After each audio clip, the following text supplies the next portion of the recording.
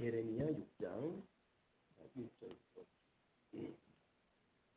베냐민 자손들아, 예루살렘 중에서 피난하라.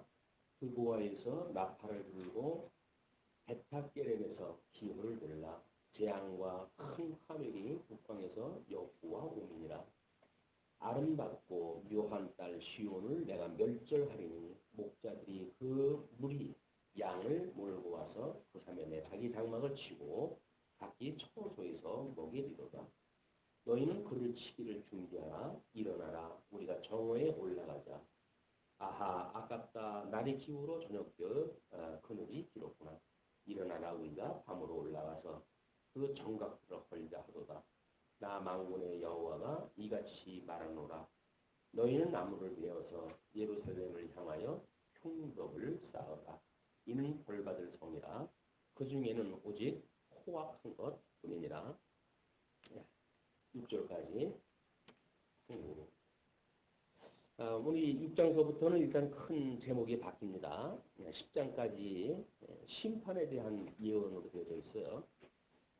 먼저 보면 이제 하나님이 유다 백성들의 그 불순종 죄 때문에 책망을 했다고 한다면 그 책망의 결과가 심판으로 연결이 되어지기 때문에 그렇습니다. 오늘 6장 내용은 임박한 멸망을 예언하는 내용인데 6장 1절로 6절까지 바벨론의 침략을 예언했다 합니다. 우리가 뭐 늘 예레미야를 공부할 때마다 역사적 배경에 대해서 하나님께서 물론 모세 오경을 통해 가지고 열조에게 언약을 하신 대로 이제 애굽에 400년 동안이나 종노릇을 하게 하시고 출애굽을 하게 하신 뒤에 광야의 생활을 하게 하십니다. 이 열조에게 언약했던 것은 우리 아브라함, 또 이삭, 또는 야곱, 이 세 명에게 언약한 거라 그랬어요. 이 아브라함은 열조의 아비가 되어진다고 그랬고, 이삭에게는 야곱과 에서 선택과 유기에 대한 이걸 하나님께서 어떻게 섭리하시는지 이 섭리를 모형적으로 지금 보여주시고, 야곱은 12지파를 통해 가지고 선민이라고 하는 이런 12에 해당되어지는 이스라엘 백성들의 총수가 되어집니다. 그 선민을 만들어낸 것이 열조에게 언약했던 내용들이에요. 이거대로 이제 이들이 애굽에서 들어갈 때 70명이 들어가가지고 나올 때 60만이라고 하는 이런 사람으로 생육번성하고 출애굽을 하기로 했죠. 그런 뒤에 광야에서 끊임없이 하나님께서 이들을 세대 교체를 해가십니다. 이걸 우리가 어떤 신학적인 의미로 해가지고 성화 이렇게 이야기를 했어요. 거듭남. 그래서 새로운 피조물로 거듭난다는 이야기는 애굽에서 가지고 있던 거는 다 죽어야 그게 새로운 피조물이래요. 완성이죠. 근데 여기서 우리는 애굽에서 가지고 있던 그런 그 몸을 가지고 마치 하나님을 섬긴다고 생각이 드는데 그렇지는 않습니다. 다만 세대 교체되어서 져서 20세 이하거나 또는 광야에서 출생한 사람들이 제대로 하나님이 어떠한 분인가를 배우고 깨닫게 하시기 위한 도구로 해가지고 이 선인자들은 살아가는 것 뿐이죠. 구성이 돼야 되니까 하나님도 그렇게 지금 이 모세 오경 이걸 우리가 언약이라고 이렇게 이야기를 했는데 모세 오경을 통해 가지고 성취되어진 역사가 좀 선민 국가입니다. 이 선민 국가가 뭐 창건되어지고 궁극되어지고 그 다음에 유수되어지고 회복되어진다고 하는 것이 역사적 배경이라고 우리가 이렇게 확인을 했잖아요. 그러면 예레미야서는 지금 궁극되어져 가지고 북쪽 이스라엘은 아수르에 의해서 멸망이 되어졌고 남쪽 유다에 지금 이 멸망기입니다. 거의 지금 유수기를 갖다 앞두고 있는 이때에 지금 예레미야라고 하는 선지자를 하나님께 불러가지고 이스라엘 백성들의 장례사, 왜 이런 장례사가 되냐면 이렇게 하나님께서 약속대로 주셨던 나라를 불순종해가지고 다 망가뜨려 먹은 이런 것들을 이제 이야기를 해서 이런 것들이 다 언약대로 이루어진 것이다. 그러므로 너희들이 유수되어진다고 하더라도 하나님께서 회복해서 이 회복에 참여한 자들을 아들로 삼고 거룩한 백성으로 삼고 하나님은 그들의 아비가 될 것이라고 이렇게 약속이 되어져 있단 말이에요. 그 약속대로 지금 이루어진다고 하는 걸 예레미야를 통해서 지금 증거를 하는 거죠. 이거 증거를 하는 이야기는 뭐 될 일인데 뭐 증거를 안 한다고 해가지고 뭐 일이 안 이루어지겠습니까? 근데 왜 이루어질 일에 대하여 선지자를 통해서 말을 하게 하실까? 그 이야기가 그 하나님의 뜻을 몰랐다고 핑계를 댈 수 없도록 하나님의 섭리가 해 가신다는 거예요. 이게 우리가 끊임없이 하나님의 말씀을 상고할 적에는 우리도 하여금 핑계 댈 수 없는 뭔가 우리들의 말씀을 주시는 거거든요. 근데 그거를 이쪽으로 듣고 이쪽으로 흘려버리게 되면 그게 공허한 겁니다. 빈 공간 속에 아무 생각 없이 우리가 살아가는 거니까. 우리가 새로운 피조물로 살아간다고 한다면 하나님께 주셨던 말씀을 일용할 양식이 되어져가지고 꼭 씹어가지고 우리가 그걸 먹었을 때 나름대로 하나님을 경외하는 인생의 본분을 살아가게 되어지는데 이걸 꼭 씹을 생각을 안 하고 그냥 그냥 목구멍에서 뭐 땡긴다고 해가지고 그냥 꿀꺽꿀꺽 넘어버리고 하게 되면 제대로 소화도 안 되고 이게 건강에도 이게 별로 유익이 안 되겠죠.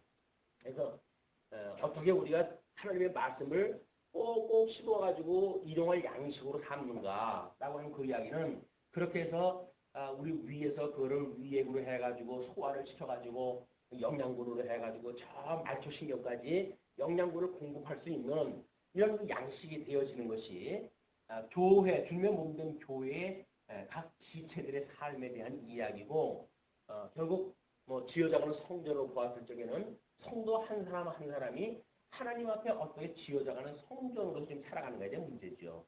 이런 그 문제를 우리의 삶하고 특별계시로 보여준 역사하고 이걸 우리가 나눌 수가 없는 거 아니에요. 나눌 수가 없는데 성경 공부 그렇게 하고 나의 삶은 나의 삶대로 그냥 돌아가고 그 이야기는 믿음이 없는 우리가 그걸 의인은 믿음으로 산다고 그랬는데 우리가 만약에 예수 그리스도로 말미암아 의롭다고 칭함을 받은 새로운 피조물로 우리가 되어졌다고 한다면 분명히 하나님의 말씀에 대하여 이제 그거를 상고하고 그래서 그 말씀이 우리가 이 영원한 생명이 존재하는 방식인 걸 우리가 깨닫기 때문에 끊임없이 말씀을 상고하게 되어지는 겁니다. 그러나 육신을 가지고 있는 동안 끊임없이 저 애굽에서 종으로 타던 우리들을 사단은 미혹을 할 거예요. 뭐라고 미혹을 할까요? 자손에 대한 거는 돌로 떡을 만들어 먹어라. 여기서 우리 존재하는 이유는 먹고 살기 위해서 사는 거예요, 그냥. 먹고 살기 위해서 산다고 이 사단이 자꾸 우리를 갖다 미혹을 하니까 그런 가운데 아니다. 인생의 본분은 하나님을 경외하는 데 있어. 라고 명제로 우리 믿음의 선배들이 이야기를 했지만 그것이 정말 일용할 양식으로 이걸 삼는다고 하는 이 말씀이 아니면 경외할 수가 없는 거니까 어떻게 이 말씀을 상고하는가에 대한 문제로 비교가 되어지겠죠. 하나님의 말씀이 그냥 어떤 정보 수집의 문제가 아니라 우리 영생하는 우리들의 존재의 문제다. 그래서 그런 우리의 어떤 그 인생 살아가는 동안에 절대 가치로 여길 만한 그래서 세상의 어떠한 미혹에도 그걸 거부할 수 있는 힘을 만들어가는 일이 말씀을 공부하는 일이죠. 네, 말씀을 공부를 아무리 해도 세속적인 거에 의해서 아무런 저항이 없고 그렇다고 한다면 말씀은 우리 것이 아닌 거예요. 그냥 객관적인 정보일 뿐이지. 이것이 정말 말씀의 운동력으로 힘으로 작동이 되어진다고 한다면 우리는 미혹되어져 오는 어떤 그런 그 사단의 괴계에 대하여 아니라 이렇게 이야기할 수가 있겠죠. 이제 이런 거를 이스라엘 국가의 이 궁극 상황에서 지금 예레미야 선지자를 통해서 하나님께서는 좀 택한 백성들 아닙니까? 선민들이니까 자손 우리 이제 이렇게 해서 이사야서는 하나님의 의에 대한 이야기였었고 그다음에 이제 이 세 가지가 예레미야, 에스겔, 다니엘 이것이 하나님의 나라인데 이것이 자손이라고 이야기를 했고 이건 땅이라고 이야기를 했고 이걸 통치라고 이야기를 했단 말이야. 이 3대 언약으로 해서 나라인 거예요. 이건 하나님의 의고 하나님의 나라다. 이렇게 이야기를 했을 때 물론 역사적 배경 이 세 가지의 역사적 배경은 이 북국대로부터 유수 때까지니까 다 거의 동시대 때의 이야기들이에요. 그러나 이것이 왜 하나님께서 이렇게 아주 상당히 많은 양을 통해 가지고 이렇게 예언을 하게 하셨는가라고 하는 문제는 본질의 문제라는 겁니다. 여기 유수되어져도 회복되어져야만. 그래서 청함을 받은 사람은 많지만 하나님께 이제 선택되어진 사람들은 극히 적다고 하는 것을 깨달아서 보편적인 문화 속에서, 기독교 문화 속에서 나는 구원받은 사람이야 라고 하는 것이 얼마나 이것이 우리들한테 한번 점검이 되어야 될 사항인지, 이런 것들이 충분히 연습이 되어져야 요한계시록에서의 말기적 그런 종말적 상황에 대해서 우리가 이게 센스가 만들어지겠죠. 이것에 대한 감각이 없이 요한계시록의 종말적 감각이 생긴다는 이야기는 거짓말입니다. 예수님 초림 때로부터 재림 때까지 우리가 말세라고 그러는데, 말세를 살아가는 우리들이 어떠한 이런 그 신앙관을 가지고 살아가는가에 대한 문제는 이 선지서가 상당한 그 역할을 갖는다고 보여집니다. 끊임없이 우리 이 예레미야의 이 자손에 대한 과거에는 우리가 이걸 흩으시고 모은다, 뽑으시고 심는다고 하는 그런 걸로 설명이 되어졌지만, 그런 것이 아니라 하나님께서 이 자손이 왜 멸망되어지는지, 누가 참 자손이 되어지는지라고 하는 문제다.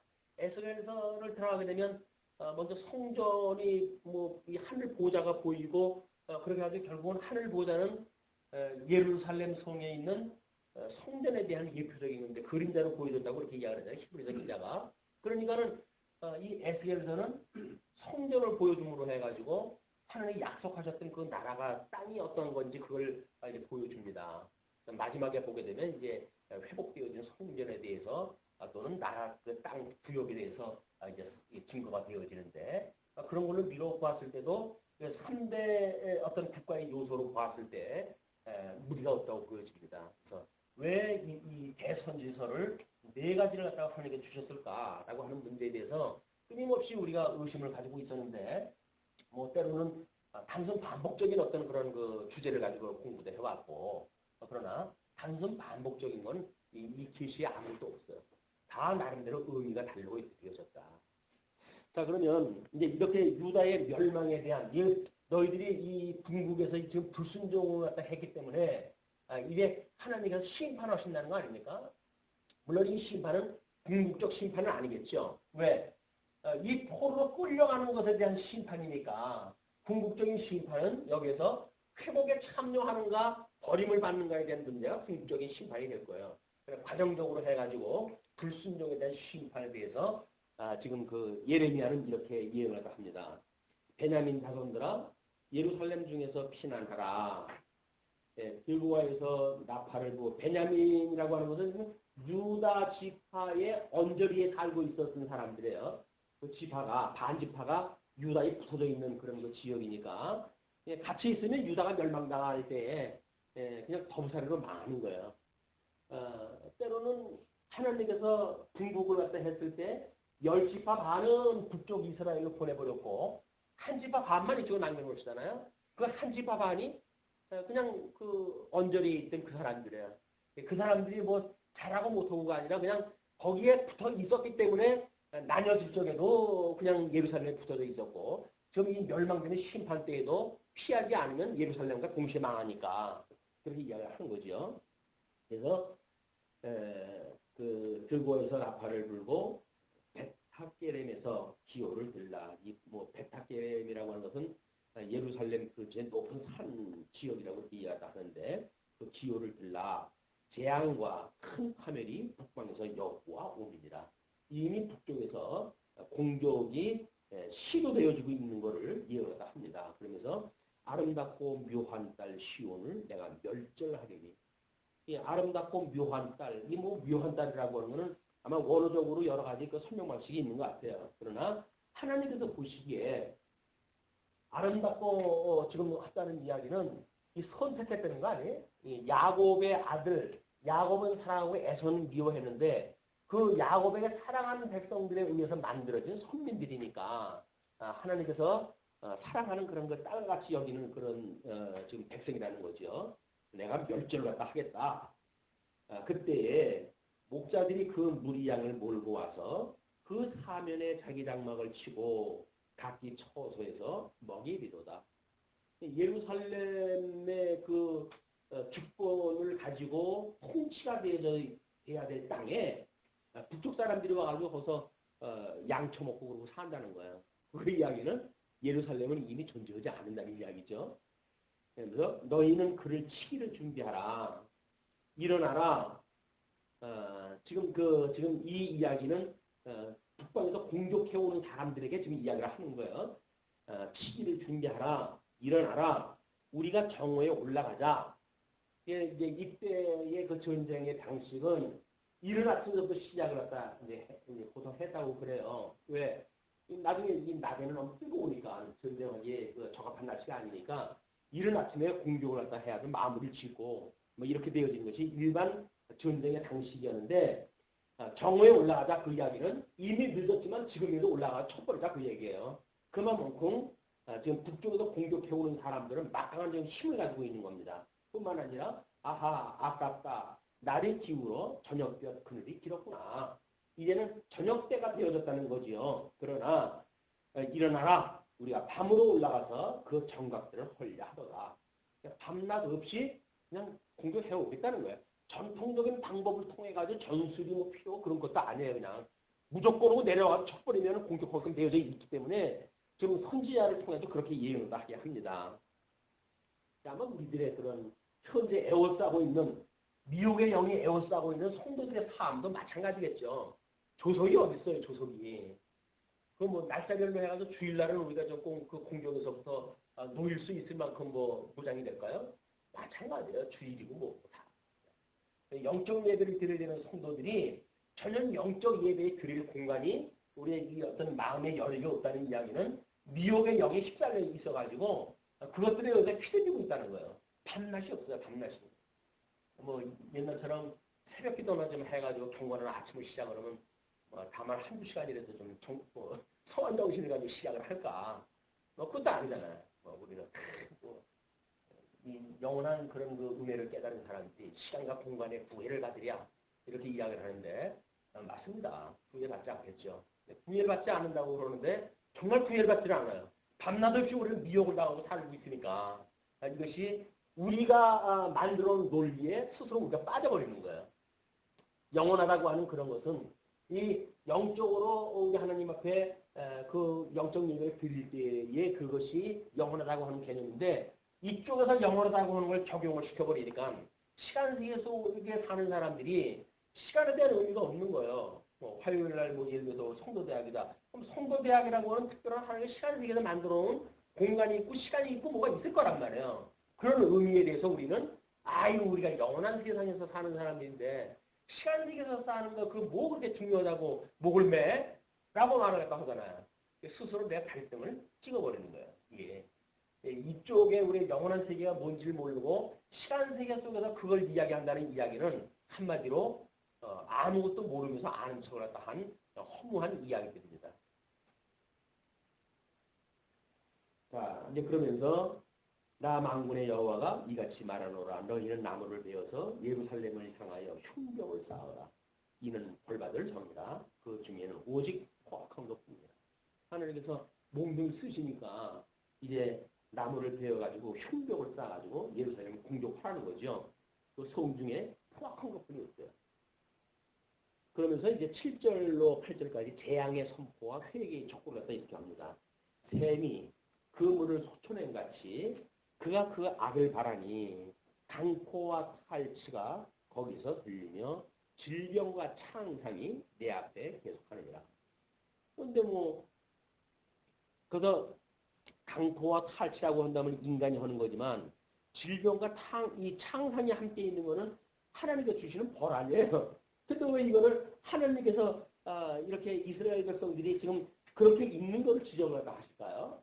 그 이야기는 우리가 이 공부, 우리 하나님께서 시험을 갖다 하는 방법이 늘 그렇지 않았어요? 이건 기근이라고 이렇게 이야기를 했고, 이건 우리 질병이라고 이렇게 이야기를 했고, 질병. 그 다음에 이건 전쟁. 그러니까 이것이 있다는 이야기는 이것이 하나님의 이런 어떤 의의를 모르고 지금 살아가는 사람들의 결과로 지금 이걸 만들어지는 거란 말이에요. 그러니까 이걸 통 쌓아가지고 이렇기 때문에 너희들은 얘를 쳐라 그 얘기거든요. 그러니까 우리들한테 이런 것이 있다. 이게 이제 육적 계시의 방법이니까 이것이 있다고 한다면 이건 이런 결과로 나왔다는 거죠.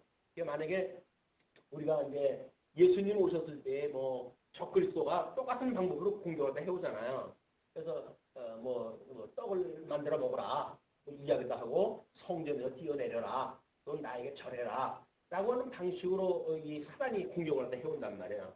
이 방법은 중매 몸된 예수 그리스도의 시험이라고 한다면 중매 몸된 교회에서도 끊임없이 공격을 다 해오겠죠. 그것이 육신의 정욕, 그 다음에 이생의 자랑,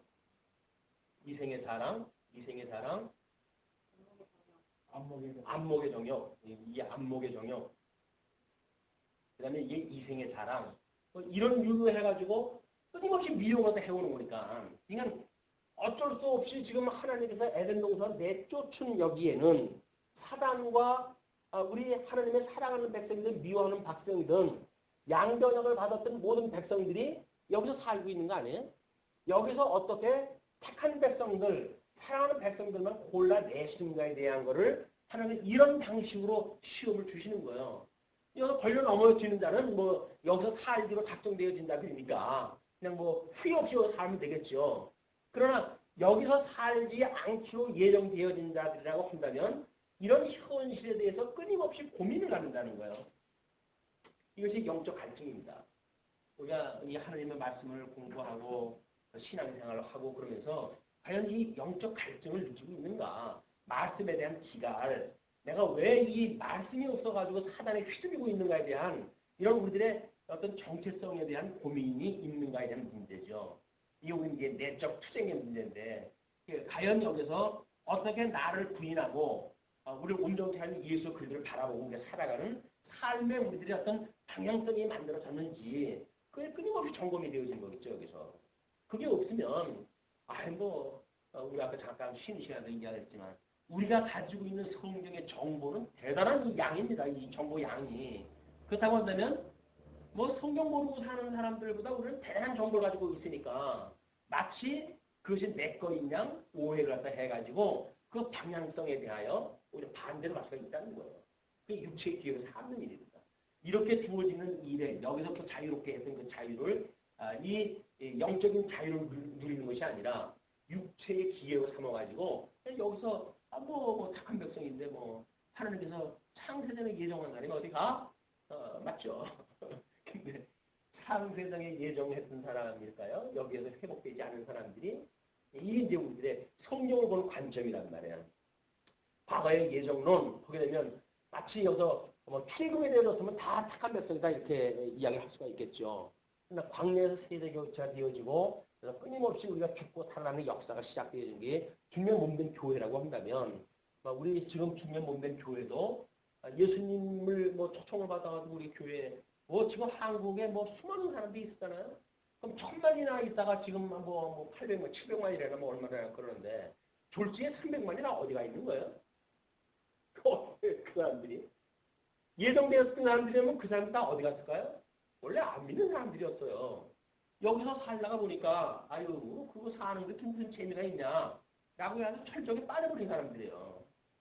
세상에 교회 오게 되면 돈 준다, 복 준다, 이렇게 가지고 나와 봤더니 복음커녕 맨날 내라고 하는 얘기밖에 없고 이럴 바에 교회를 갖다 생활을 하냐. 아주 통연 사람들이 그동안 30%가 만들어졌다고 한다면 지금 우리 한국의 어떤 경제 발전이라든지 그런 걸로 비율로 봤을 때 그 30%는 대단한 겁니다. 짧은 시간 동안에. 물론 만들어진 것도 126년 만에 약 1200만까지 올랐다고 이야기를 하는 걸로 보아서는 우리가 예수를 받아들였다고 하는 그런 그 시간도 획기적인 그런 그 기록이었다고 한다면 무너지는 것도 획기적인 기록이 지금 세워지는 거예요. 여기서 하나님도 우리에게 이 하나님의 말씀을 끊임없이 상고할 수 있도록 여건을 주시고 우리 붙들고 계시다고 하는 것은 이 시대를 살아가는 우리들에게 큰 축복입니다. 근데 선지자의 말이 들려야 되는데 여기서 그렇게 이야기를 하거든요. 예루살렘아 너는 훈계를 받으라. 훈계를 받으라고 그러는데 이 훈계가 말씀을 듣는 거 아닙니까? 말씀을 들어야 되는 건데 이 말씀에 영적 지갈이 있어야 아, 진리가 과연 뭔가? 라고 해가지고 애기를 들쳐놓고 뭐 신앙생활 뭐 시도하고 그거 아니겠어요.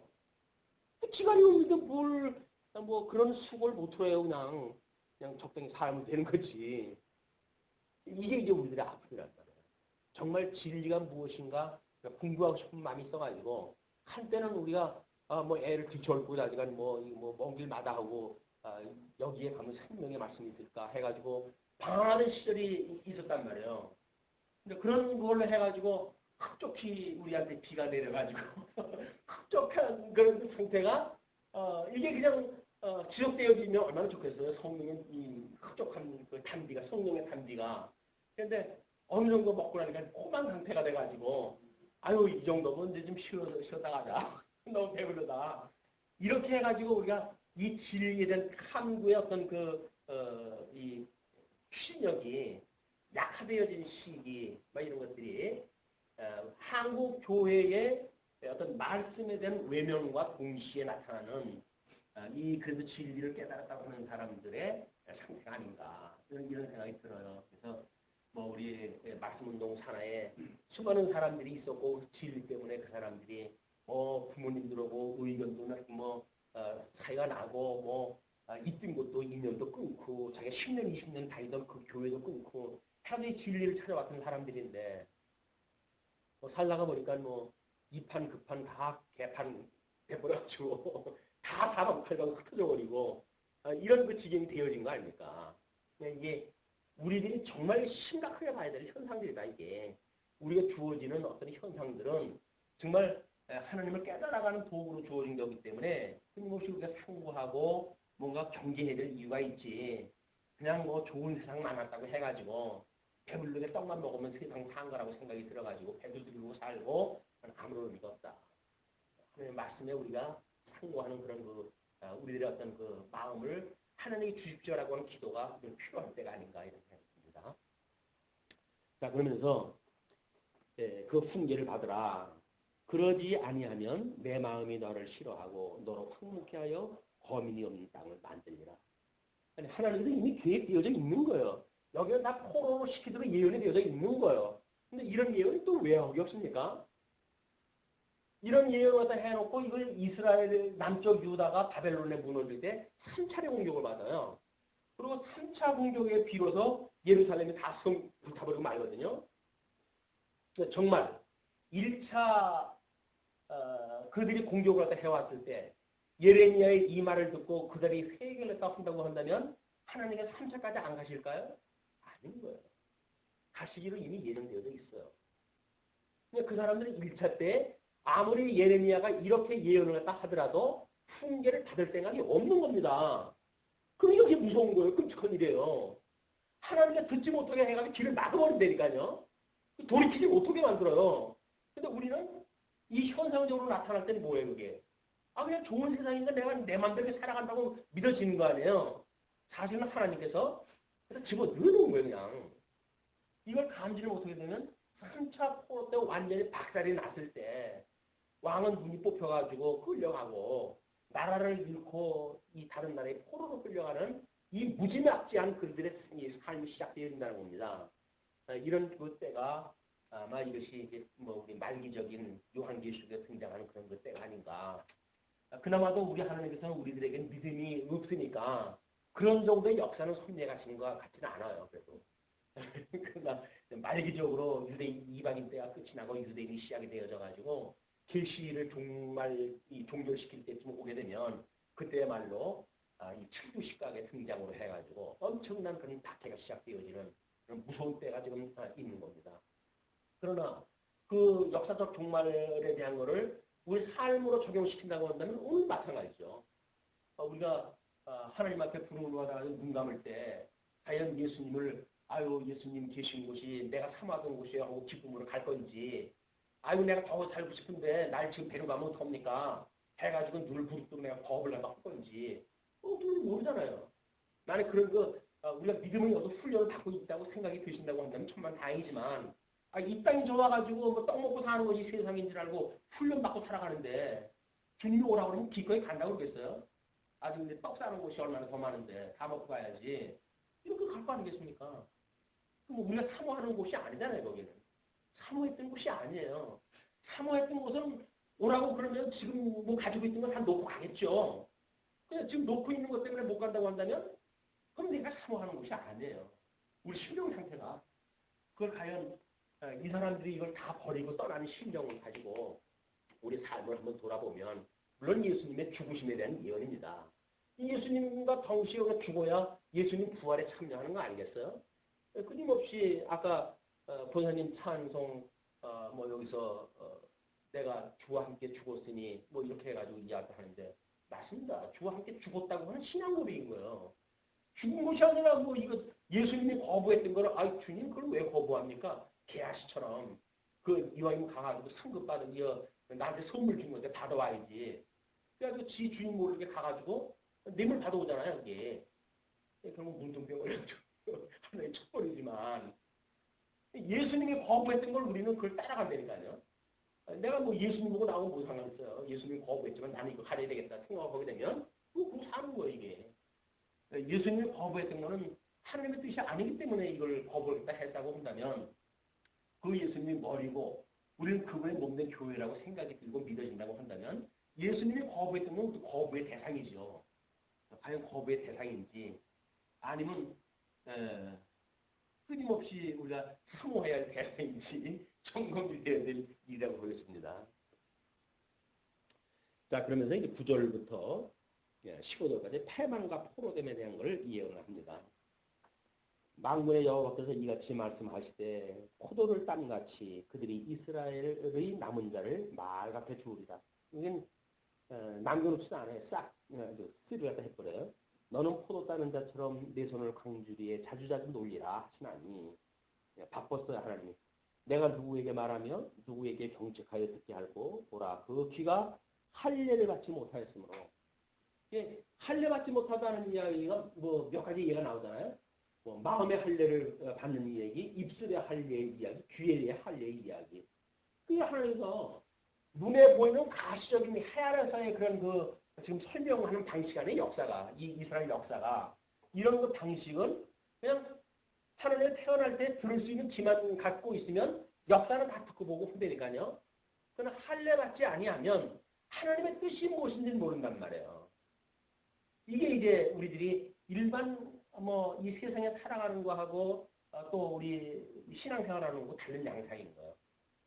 아니 뭐 들으면 알지 그걸 왜 모르냐 쉬운 이야기를 하는데 왜 그걸 어렵다고 그러냐 여기 이야기 될 거 아니겠어요.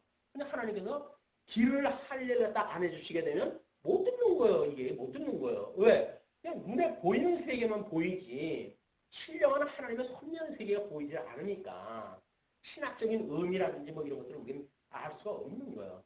그냥 끊임없이 사단이 보여주는 걸 따라가지고 따라할 수밖에 없죠. 이게 이제 귀에 할례를 받는 그런 그 문제로 소개가 되어진 겁니다. 그래서 귀에 할례를 받지 못하였으므로 듣지 못하는도다. 보라 여호와의 말씀을 그들이 자기에게 욕으로 여기고 이를 즐겨 아니하니. 욕으로 욕으로. 하나님의 말씀을 듣게 되면 그것이 뭐 꿀맛같이 이렇게 들려져야 되는데 나 공격하는 거죠? 이 하나님의 말씀이 그럼 뭐 나보고 그럼 그런 말이에요. 이런 식으로 반항이 나온단 말이에요. 그걸 우리 지난 시간에는 그 우리 잠언에서 뭔 말로 이야기했죠? 거친 말로 항거하는 거랬어요. 유순한 말로 하나님의 이 교훈이 유순한 말로 들려야 되는데 내가 내 아우 지키는 자입니까? 왜 나한테 그거 갖다 시킵니까? 네 아우 어딨냐? 뭐 이렇게 물어보면 내가 아우 지키는 자입니까? 하나님은 대드는 거예요 이게. 뭐 돌로 쳐 죽였을 때 가인도 마찬가지죠. 가인도 하나님이 네 동생 어딨냐? 마찬가지예요. 아담에게 뱀이 유혹을 했을 때 그 뭐 선악과를 따먹게 했을 때도 마찬가지고 다 이 사단이 미혹할 때 보게 되면 하나님의 말씀을 거스르는 거예요.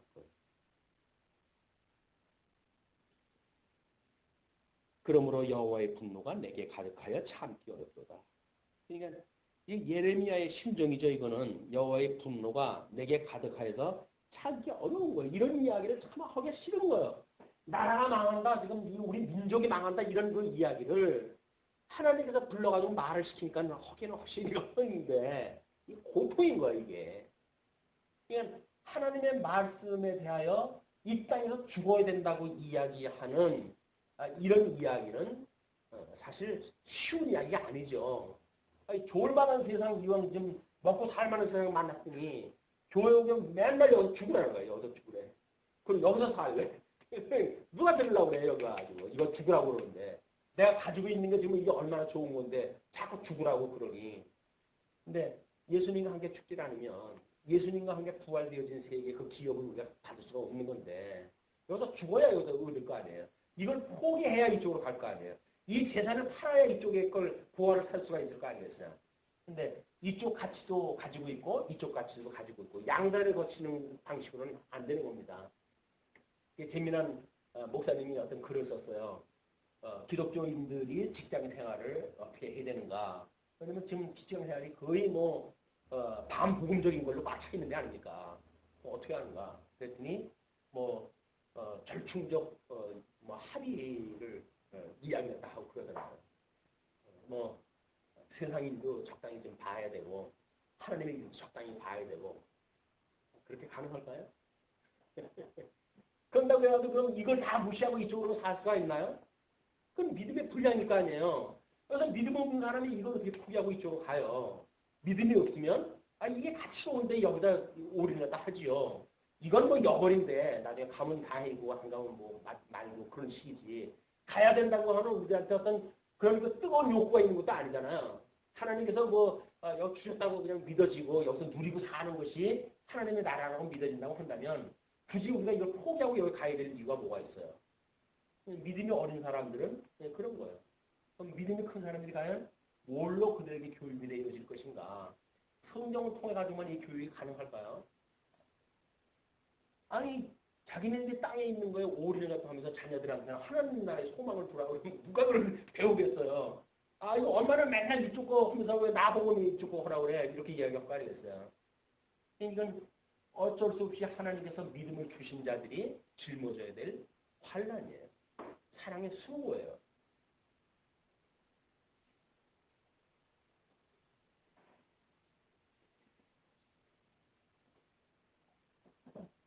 그것을 거리에 있는 아이들과 모인 청년들에게 부으리니 지아비와 지오미와 노인과 늙은이가 다 잡히리로다. 여호와께서 말씀하시되 내가 그 땅 거민에게 내 손을 펼 것인즉 그들의 집과 전지와 아내가 타인의 소유로 이전되리니 다 노예로 풀려가고 이는 그들이 가장 작은 자로부터 큰 자까지 다 탐남하여 작은 자로부터 큰 자까지 다 그런 욕심 이런 걸로 가득 차 있고 뿐만 아니라 하나님 앞에 기름을 부음받은 선지자로부터 제사장까지 다 거짓을 행합니다. 그러니까 우리 세상의 어떤 상황을 알게 되려면 교회에서 선포되어진 말씀을 들어보면 알죠. 그들이 과연 이쪽 이야기를 하는지 이쪽 이야기를 하는지. 근데 만약에 이쪽 이야기를 하게 되면 하나님께서 탐남한 사람들의 귀에 듣기 좋은 이야기만 듣도록 모든 그 하나님의 일꾼들을 이쪽으로 써먹는 거예요. 어쩔 수 없어요. 하나님의 말씀을 가지고 이 세상에서 어떻게 하면 복받고 잘 사는지에 대한 이런 방법으로 그들에게 들려주면 이 사람들은 여기서 뭐가 생긴다고 그러니까 이것처럼 기분 좋은 게 어딨어요. 말기적 현상이 귀에 듣기 좋은 소리를 갖다 하도록 하나님께서 하시는데 이때 그 상황이 지금 그렇습니다. 그러면서 그렇게 다 거짓을 행함이라 그들이 내 백성의 상처를 신상히 고쳐주며 말하기를 평강하다 하나 평강이 없더라. 이 거짓말하는 사람들은 뭐야? 다 좀 평화롭다는 거예요. 평화다. 다 이렇게 좋은 세상 우리가 살고 있다. 이게 다 하나님의 복이다. 정말 하나님의 복입니까? 하나님께서 사망 원죄를 통해서 우리를 미혹의 이런 그 세상 속에서 밀어넣는데 선지자들은 거짓말을 뭘로 그래요? 평화다. 평화때는 조금만 있으면 지금 포로로 끌려가는데 평화라는 거예요. 거짓말로. 아닙니다. 전쟁 시기에 지금 사단의 이 어둠의 권세와 끊임없는 투쟁, 이 갈등, 어떤 긴장 관계에 우리가 있지, 평화라고 해야지 맥 놓고 있을 때가 아닌 거거든요. 우리는 예수 믿고, 다 예정론을 믿고 이렇게 되면 이 세상 살아가는 것이 다 평화라고 생각하는데 그렇지 않습니다. 심령이 가난한 자라야 복을 받는다고 그러는데, 심령이 다 부해가지고, 이제는 다 평화 때예요, 이제는. 평화의 때라고 하면 전쟁 얘기할 수가 없죠. 그런 자들은 나팔 소리도 못 들어요. 그러니까, 이렇게 이야기를 합니다. 그들이 가증한 일을 행할 때에 부끄러워하였느냐? 아니라, 조금 더 부끄러워 아니할 뿐 아니라, 얼굴도 붉어지지 아니하였느니라. 그러므로 그들이 엎드러지는 자와 함께 엎드러질 것이라. 내가 그들을 벌하리니 그때 그들이 거꾸러지리라. 여호와의 말. 하나님께서 이제 궁극적으로 얼굴이 두껍다는 이야기는 하나님의 교훈을 듣지 아니하는. 왜? 그것이 말씀을 듣게 되면 부끄러움을 느끼게 될 거 아니에요. 하나님의 의의가 없으니까. 선악과를 따먹었던 그 아담이 불순종한 걸로 인해가지고 부끄러움을 느끼게 될 거 아니겠어요? 벌거벗은 걸로 인해가지고. 하나님 가죽 옷을 해입혀가지고 그를 추방을 시켰으니까 우리는 하나님의 의로 말미암아 의롭다 함을 우리가 견지해가고 있다고 한다면 하나님의 말씀을 교훈을 들었을 때 벌거벗은 우리들의 모습이 드러날 때 부끄러움을 느껴야죠. 그게 수치란 말이에요. 얼굴이 붉어지고 그래야 되는데 낯이 하나도 안 바뀌어요. 이게 우리의 현재 한국의 어떤 그런 문화와 일맥상통하지 않나 이렇게 생각합니다.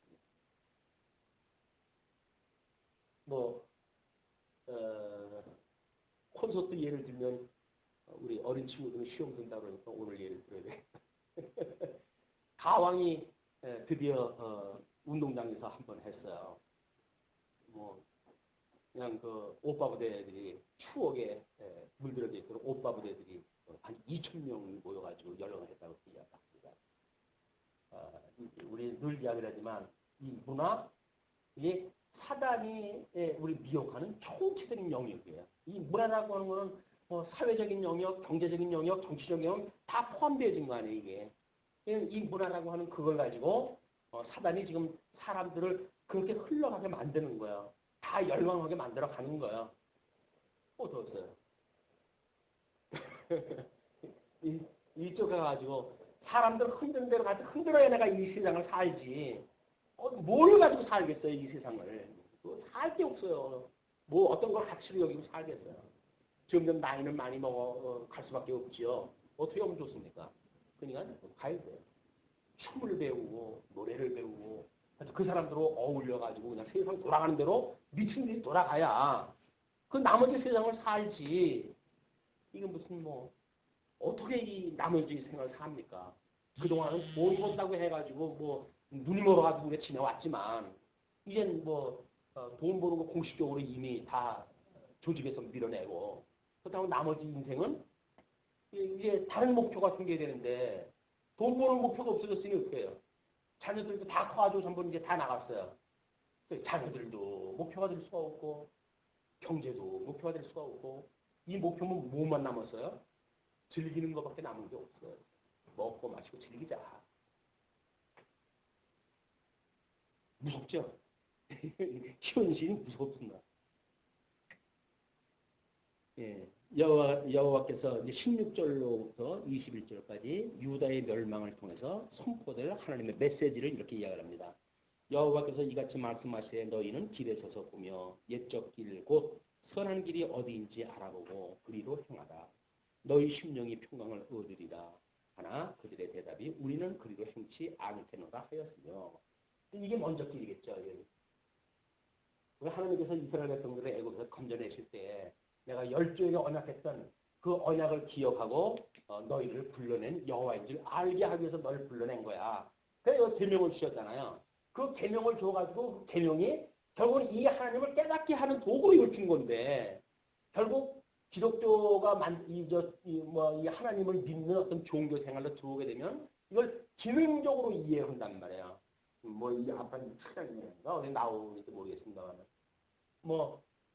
이스라엘 백성들이 그 블레셋 공격이 되들어올 때 하나님의 법궤를 전쟁에 앞세우잖아요. 완전 부적이에요, 부적. 하나님의 법계만 앞세우면 전쟁이 이긴다는 거예요. 자기네들은 하나님의 이름, 그거를 거룩히 여기는 그런 그 신심은 없으면서 다만 기능적으로 그 법계를 앞세우면 이긴다고 하는 잘못되어져 있는 이런 우상과 같은 이런 그 신간을 갖게 되어지니까 결국 망신을 당하잖아요. 이건 마찬가지입니다. 이런 그 일들이. 네.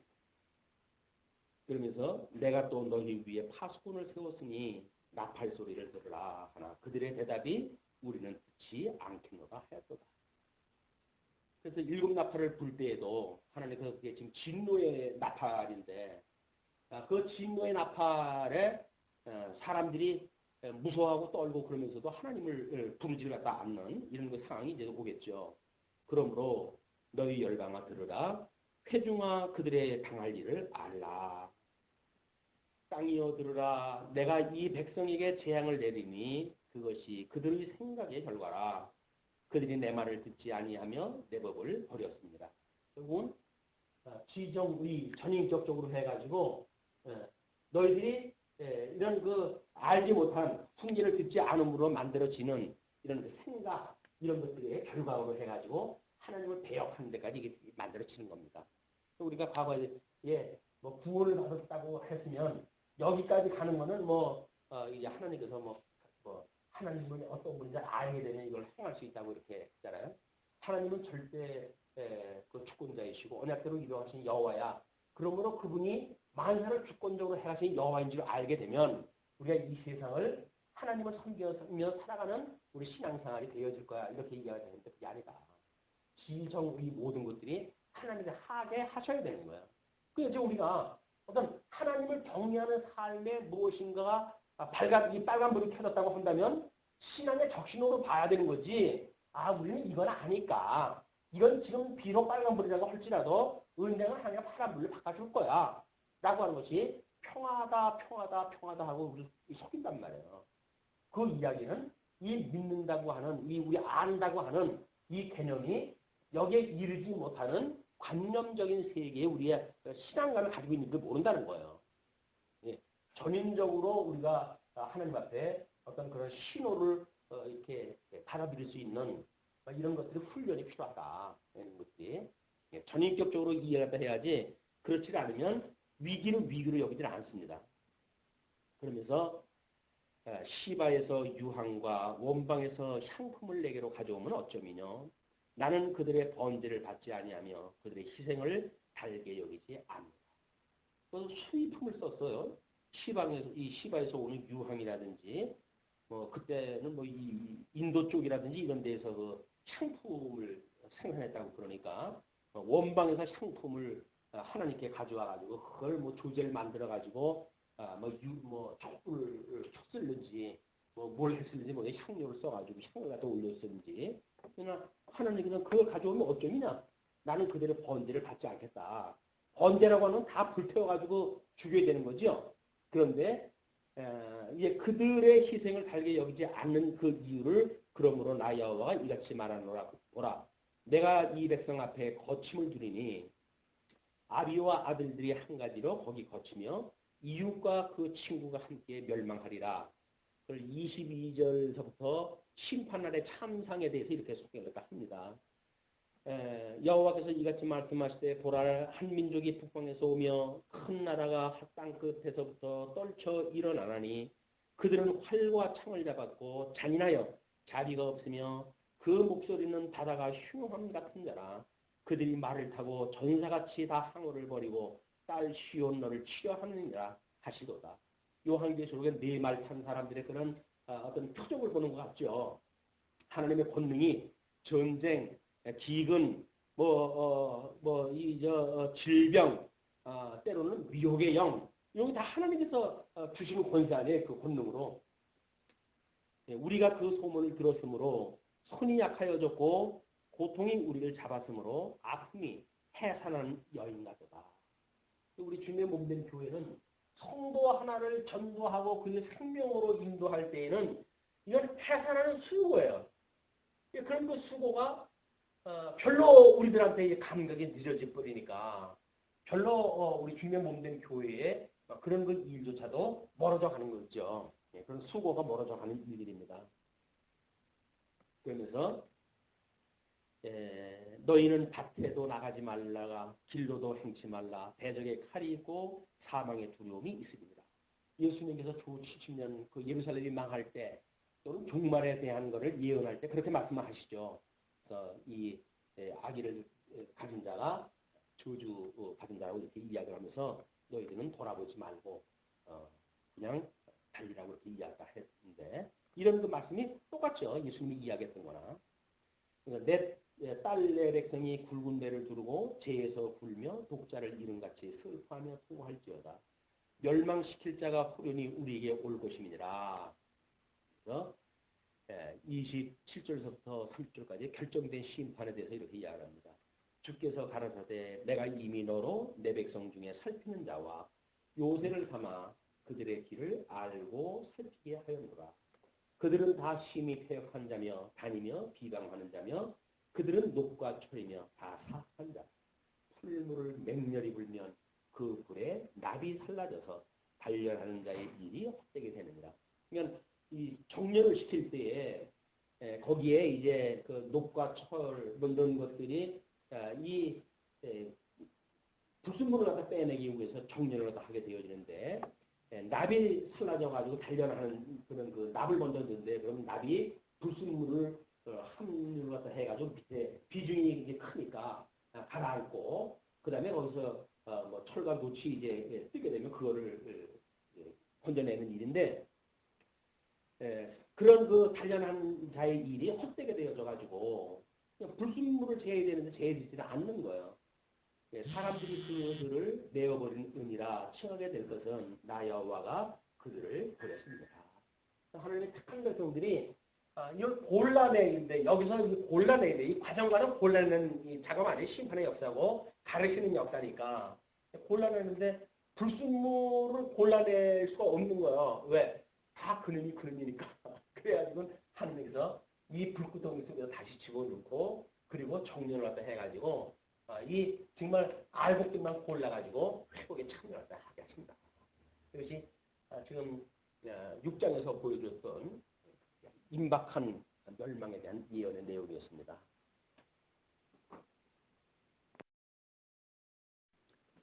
예레미야 7장 1절 여호와께서 예레미야에게 말씀이 임하니라 가라사대 너는 여호와의 진분에 서서 이 말을 선포하여 이르기를 여호와께 경배하러 이 문으로 들어가는 유다이나 다 여호와의 말씀을 들으라. 만군의 여호와 이스라엘의 하나님이 이같이 말씀하시되 너희 길과 행위를 바르게 하라. 그리하면 내가 너희로 이곳에 거하게 하리라. 지금 그 7장에 넘어가게 되면 외식으로 인한 멸망을 좀 예언을 하게 됩니다. 이스라엘 백성들이 우상을 숭배하고 그렇게 했지만 요시야 때를 들어서 가지고 종교 개혁이 일어나잖아요. 그 종교 개혁이 일어났을 때에도 전적인 어떤 그런 회개에 이르지 못하고 형식적이거나 부분적이거나 여기에 머무르고 말기 때문에 그런 그 멸망을 예언하다 합니다. 그러면서 지금 그 여호와의 진분이라고 하는 건 성전이죠. 그 성전에 있어서 이 말씀을 선포하여 이르기를 여호와께 경배하러 이 문으로 들어가는 유다이나 다 여호와의 말씀을 들으라.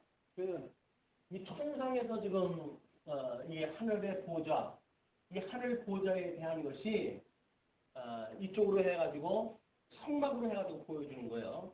성막으로 해가지고 성전이 있고 지성소가 있고 그리고 뭐 물두멍이 있고 번제단이 있고 그리고 떡상이 있고 향유단이 있고 촛대가 있고 법궤가 있고 그다음에 시은소가 있고 이것이 성전인데 이 보좌를 모세가 보여주니까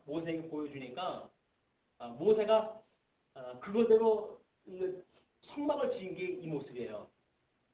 요한계시록에 가게 되면 하나님의 보좌에 이제 24장로가 들려져 있고 앞에 유리바다가 있고 뭐 거기에 이런 걸 갖다가 설명을 갖다 쭉 해 오지 않습니까? 그것이 이거 설명이에요. 이 보좌 요한계시록에 이게 설명하는 것이 결국은 이 보좌 설명이에요. 이 히브리서 기자가 너희들이 이렇게 한 것은 하늘에 있었던 그거를 모형적으로 보여준 거다. 이렇게 설명하다 하죠. 그러니까는 우리가 지금 하나님을 섬긴다고 하는 그런 그 이야기도 이것이 만약에 내가 하나님을 모시고 있다. 내가 하나님 안에 있다. 라고 한다면 지어져가는 성전으로 해가지고 우리 하나님 나라에서 있는 그런 그 보좌의 모습이 내 마음속에 그려지는 거죠. 거기에는 정말 하나님과 그 우편에 대주 되신 우리 예수 그리스도가 계시고 거기 24종로가 둘러져 있고 거기에 네 짐승의 그런 짐승들 천사들이 보좌를 다 하고 있고 이런 거 모습으로 아직 보여진단 말이에요. 그리고 지금 마음을 지키는 그런 것들로 해가지고 찬송이 나오고 하나님 경배하는 걸로 우리가 성령 충만이 되어지겠지만 이걸 잃어버리는 순간 이건 빈 껍데기만 남아요. 이제 우리들의 이 몸뚱아리 빈 껍데기만 남아가지고 어떻게 하면 외모가 좋고 어떻게 하면 건강하고 어떻게 하면 복을 받고 이런 기록심만 남아버리니까 이게 외식이라는 겁니다. 그래서 제사 드리죠. 번제도 드리죠. 번제를 드리고 그러는데도 그지 하나님이 기뻐하시는 뜻을 모르고 형식만 남은 제사를 드린다는 말이에요. 그러니까 지금 예레미야를 통해서 하나님께서 이 문으로 들어가는 유다이나 다 여호와의 말씀을 들으라. 만군의 여호와 이스라엘의 하나님이 이같이 말씀하시되 너희 길과 행위를 다르지 않아. 그냥 행실은 엉뚱하게 하면서 형식만 따라가고 하니까 그걸 바르게 해라. 그리하면 내가 너희로 이곳에 거하게 하겠다.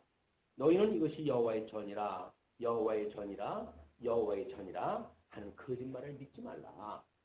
그러니까 모형적으로 보여줬던 거는 지금 계시로 보여준 거니까 여기 계신 하나님을 경외하는 것의 어떤 그런 수단적인 걸로 여겨져야 되는데 이스라엘 백성들은 솔로몬 성전이 얼마나 아름답습니까? 그 성전을 지어놓고 이게 하나님의 집이라는 거예요.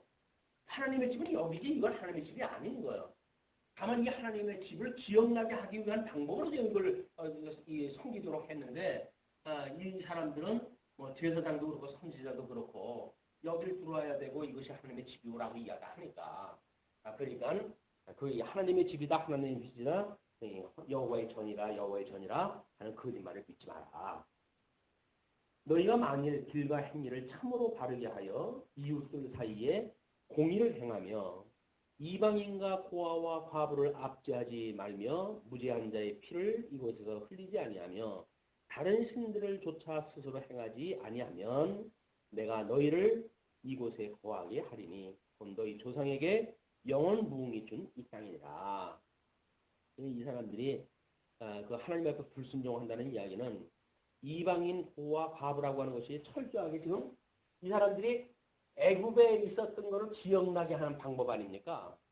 지금 여기서 소위 말하는 이방인도 하나님의 가나안 땅에 살아야 될 사람을 하나님께서 애굽이라고 하는 나라의 종으로 삼게 하는 것도 이방인이었던 자기를 기억하게 하는 일이고 고아라고 하는 것도 하나님의 자녀들인데도 불구하고 하나님을 잊어버리고 지금 여기서 종로로 타고 있으니까 그것이 바로 고아에 대한 일이고 남편 대신 주님을 다 있는데도 불구하고 여기서 다른 남편을 섬기고 살아가니까 이것이 과부에 대한 이야기고 그러니까 위에 이야기한 건 다 애굽에서 종로로 타고 있었던 걸 기억나게 하기 위해서 출애굽을 시켰는데 이거를 모르고 받았던 율법을 가지고 성전 제사를 드린다고 해서 엉뚱한 이야기를 하고 있으니까 지금 그 이야기를 하는 거죠. 그러면서 너희가 무익한 거짓말을 의뢰하는도다. 너희가 도적질하며 살인하며 간음하며 너희 거짓 맹세하며 이게 전부 지금 십계명에서 그 네 번째 아래 있는 그 대인 계명들에 대한 이야기죠. 그러니까 바알에게 분향하며 이것은 지금 대신 계명이죠. 우상을 섬기지 말라고 그러는데 바알에게 분향하며 너희의 알지 못하는 다른 신들을 좇으면서 내 이름으로 일컬음을 받는 이 집에 들어와서 내 앞에 서서 말하기를 우리가 구원을 얻었나이다 하느냐. 이는 이 모든 가증한 일을 행하려 함이로다. 구원받은 사람이라고 다 이야기를 한단 말이에요. 출애굽이 되어져가지고. 그러면서도 이 복음되어진 예수 그리스도 이 하나님의 의가 되시는 이걸 의지하지 아니하고 인간의 불의를 통해서 뭘 하는 걸 가지고 구원을 받았다고 지금 자기들 생각한단 말이죠. 그러니까 한국 교회가 지금 뭐 700만 원도 줄어들었다고 하지만 그 안에 알고는 얼마나 되겠어요. 왜? 이 선포되는 복음에 말씀이 없는데 진리가 없잖아요. 어떤 뭐 여기서 성경은 물론 선포하고 다 그렇게 살지요. 그러면서 하나님의 의가 주장되어 뭐 선포가 되어집니까? 결국은 뭐 이렇게 사십시오, 저렇게 사십시오라고 하는 불의한 인간들의 어떤 방향을 틀어놓는 걸로 해가지고 되어진다고 믿으니까 그게 전부 외식이란 말이에요. 하나님이 어떠한 분인가를 모르고 하나님이 좋아하시는 뜻이 무엇인가를 모르고 자기 좋은 방식으로 섬기면서 내가 하나님 앞에 충성했다고 이야기를 하니까 심판날 주님께서 난 모르겠는데 그럴 수밖에 없잖아요. 아니 예수님과 더불어서 뭐 예수님 좋아하는 일을 함께 했어야 심판날 예수님한테 가서 아유 주님 저 왔어요 그러면 아유 예 수고했다 어서 와라 이렇게 이야기를 하지. 여기서 주님하고 상관없는 지 열심으로 해가지고 뭘 했다가 쳐놓고는 또 주님 마지막 날 주님한테 가서 주님 저 왔어요 그러면 주님이 난 너 모르겠네 너 어디다 왔냐 뭐 이렇게 얘기할 거 아니겠어요? 그 바깥에 울며 어두움에서 이를 가니 있으라고 하는 저주예요. 여러분 하나님의 말씀을 양식으로 삼지 않고 인간의 불의를 가지고 인간이 생각했던 어떤 신관 뭐 이 우상을 숭배했던 그런 어떤 신앙관 이런 방식을 가지고 종교생활을 하니까 전혀 하나님하고 상관이 없는 일을 하는 거예요 이게. 뭐 상관이 없겠습니까? 심판은 도구로 쓰시는 건데 그러나 하나님이 기뻐하시는 뜻하고는 이게 상관이 없습니다.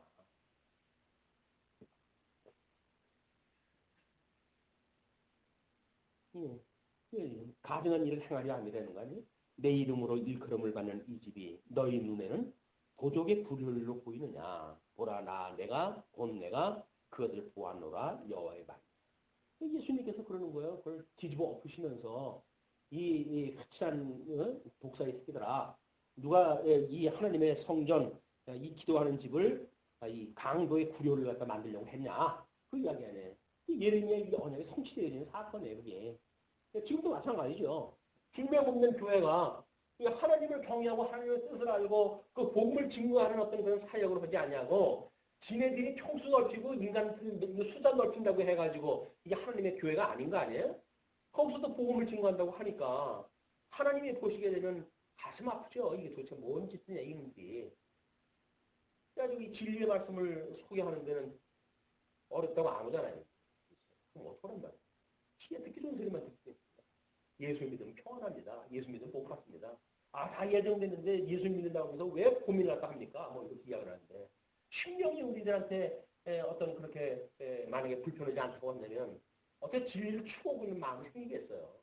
끊임없이 진리를 추구하고 싶은 마음도 생기고 심령이 상하고 예수님 믿는다고 하는 것이 가장 사단의 이 공격을 당하는 일들인데 이리저리 맨 상처투성인 우리들의 몸인데 우리 주님의 은혜가 아니면 이 상처로부터 제가 치료받을 수가 없습니다.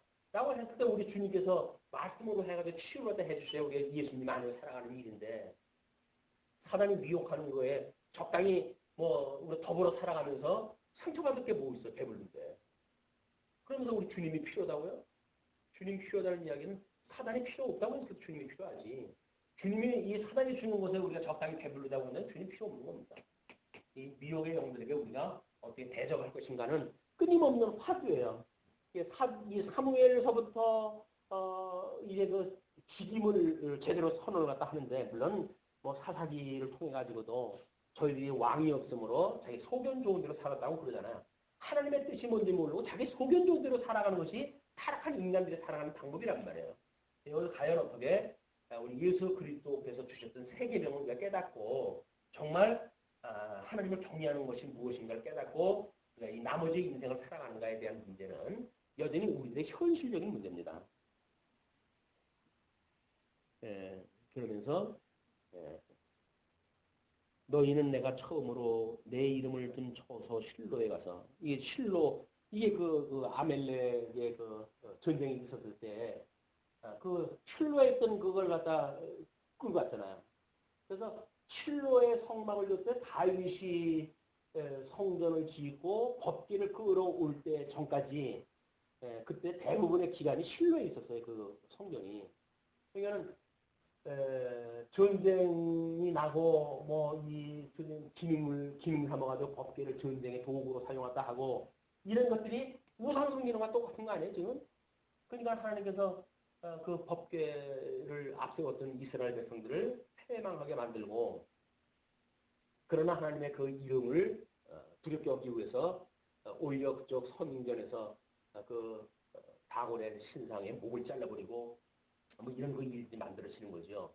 이런 그 일들이 하나님 당의 계시에 지금 목적이 있는 건데, 하나님이 어떤 분인가는 계시적인 그 계시의 정신이 아니라 어떻게 하면 여기서 대목이 잘 먹고 잘 사는 예 포커스가 맞춰진다고 한다면 주님께서 계시하는 것은 아무 의미가 없죠. 이런 것도 우리가 어떻게 신앙적으로 정리가 해갈 것인가 라고 하는 것이 아마 이때 당시에 선지자들이 선언했던 그 내용이 시대적으로 봤을 적에는 우리들한테 너무 이것이 지금 좋은 때가 아닌가 싶어요. 지금 한국교회, 세계교회가 진리의 어떤 그런 불문지가 돼가지고 거기 뭐 다 사장되어져 가는 이때에 정말 하나님이 있단 말이야? 하나님이 있으면 세상이 왜 이래? 뭐 악한 세상이 전부 뭐 만연해가지고 뭐 난리 법석들을 떠오는데 뭐 신이 있다고 한다면 세상이 왜 이렇게 되겠어? 라고 할 때 정말 하나님은 살아있다 라고 하는 질문을 과연 우리가 할 수 있을까? 그 사람들에게 짝 맞춰가지고 만약 하나님이 있다고 뭐 그러겠어? 뭐 다 좀 이렇게 살아가는 거야 좋은 세상 이렇게 한다고 한다면 우리는 그 하나님을 믿는 게 아니죠. 세상을 믿는 거죠. 이런 것들은 우리 이 시대에 살아가고 있는 우리들에게는 아마 타이밍을 맞춰가지고 주시는 말씀이라고 보여집니다. 너희는 내가 처음으로 내 이름을 준 초소 실로에 가서 내 백성 이스라엘의 악을 인하여 내가 어떻게 행한 것을 보라. 나 여호와가 말하노라. 이제 너희가 그 모든 것을 행하였으며 내가 너희에게 말하되 새벽부터 부지런히 말하여도 듣지 아니하였고 너희를 불러도 대답지 아니하였느라. 그러므로 내가 실로에 행한 같이 너희가 의뢰하는 바 내 이름으로 일컬음을 받는 이 집 곧 너희와 너희 열조에게 준 이곳에 행하겠고 내가 너희 모든 형제 곧 에브라임 온 자손을 쫓아내는 같이 내 앞에서 너희를 쫓아내리라 하셨다 할지니라. 결국은 북쪽 이스라엘도 이들에게 예표가 되어지고 실로에 있던 성전의 사건도 성막의 사건도 여전히 예표적인 사건이었던 거예요. 그러니까 하나님께서 행하시는 역사는 미리 알려주지 않은 것이 없는 거예요, 지금. 그러니까 예를 들어 실로에 법궤를 두었던 사건도 역사적인 사실로만 남아져 있었지요. 그러니까 선지자의 예레미야가 아니라고 한다면 이것이 지금 이 성전에 대한 이야기네 라고 볼 수가 없는 거 아니겠어요? 그러나 선지자의 그 이야기를 통해 가지고 실로에 있었던 그 성전이 기능적으로 이용하다 했던 것처럼 지금도 이 성전에 대하여 기능적으로 이해하는 것이 우리가 외식이라고 하는 문제로구나 라는 걸 깨닫게 되어진다는 거죠. 구약에 이것이 외식이라고 여겨졌을 때 예수님 오셨을 때 뭐 그 적그리스도들 뭐 그 바리새인들의 뭐 그 제사장이나 또는 장로나 서기관이나 이런 사람들이 이 오셨던 예수님을 예수님으로 알아본 거 아니잖아요. 그들은 결국 이 사단의 미혹을 따라 살아간 사람들이에요. 오늘날 이제 우리가 이 진리를 성경을 믿는 믿음을 갖게 됐어요. 의인은 믿음으로 산다고 그러는데 그 믿음을 가지고 살아가는 우리들이 과연 하나님의 성전, 지어져가는 성전이라고 믿고 우리가 살아가는가 아니면 여전히 모태로부터 태어난 육신의 나라고 하는 것만 가지고 살아가는지 이것이 성경을 우리가 어느 정도로 이걸 하나님께서 이렇게 계시하셨다고 하는 걸 믿는 믿음으로 보는 거예요. 문제는. 믿어지는 것만큼 우리가 지어져가는 성전으로 이것이 사라져가는 거지. 이것이 언약이 되어졌기 때문에 마치 이것이 나한테 그냥 이루어지는 게 아니란 말이야. 이 계시되어진 성경에 계시되어진 말씀이 믿어지는 것만큼 내가 그렇게 살아갈 수가 있는 거예요. 그러니까 내 살아가는 인격을 보게 되면 이게 믿어지는 수준을 알 수가 있는 거죠. 근데 내 인격은 그렇게 살아가지 않으면서 성경을 믿는다고 한다면 그건 조금 그 갭이 있는 거죠. 이론적으로 뭐 논리적으로 우리가 어느 정도 설득되는지는 모르지만 전인격적으로 정말 그렇군요. 하나님의 언약대로 만사가 이렇게 되어졌군요. 양대언약을 이렇게 이루어 가시는데 나는 불의했던 나를 우리 주님께서 이런 의의 관념에 쓰게 하셨군요. 라고 믿어지는 자만큼이 믿음으로 지어져는 성령을 살아가게 되어진다. 이 계시의 이야기와 내 믿음의 이야기는 같은 공간에 있는 게 아니에요. 이건 절대 객관적인 진리의 체계예요. 그러나 같은 성령께서 이렇게 기록하게 하셨고 이렇게 가르치게 하셨고 이렇게 배우게 하셨고 깨닫게 하셨고 이렇게 하셨던 성령께서 살아가게 하신다고 한다면 이 원리에 의해서 우리가 작동이 되어지겠죠. 이게 뭐 여기서 언약했기 때문에 이렇게 살아간다는 이런 개념이 아닌 거예요. 믿음으로 산다는 이야기는 우리가 얼마나 믿음으로 살아가는가라고 하는 문제는 하나님이 주신 믿음에 그냥 맞게 살아갈 수밖에 없죠. 이걸 많이 하는 사람은 그렇게 살아갈 거고 이때 성경 아는 거는 뭐 다 박사들 아니었겠어요. 다 성경을 아는 거라고 하는 그 문제는 우리 진리 인식의 문제하고 상당히 차이가 있는 겁니다. 형식적인 말씀을 아는 것하고 이걸 내용적으로 의미 중심적으로 깨닫는 거고는 그 말씀의 본질이 달라요. 형식만 알고 예수님을 믿으면 뭐 교회가 뭐 양육되고 무장되고 추장되고 승리가 되어진다 뭐 이렇게 하는 그 이야기도 공허하기 짝이 없는 거예요 사실. 물론 기념 몸된 교회를 주님께서 나중에 뭐 마지막 날 이기게 하시죠. 그러나 그것이 어떤 하나님의 의로 실현되어진다고 하는 이 내용이 없이 형식만 우리한테 주어진다고 한다면 그 형식하고 나하고 무슨 상관이 있어요? 아니 내 믿음이 어리니까 고린도 교회 고린도 사람 공부해야 된다고 웃기기나 일어나.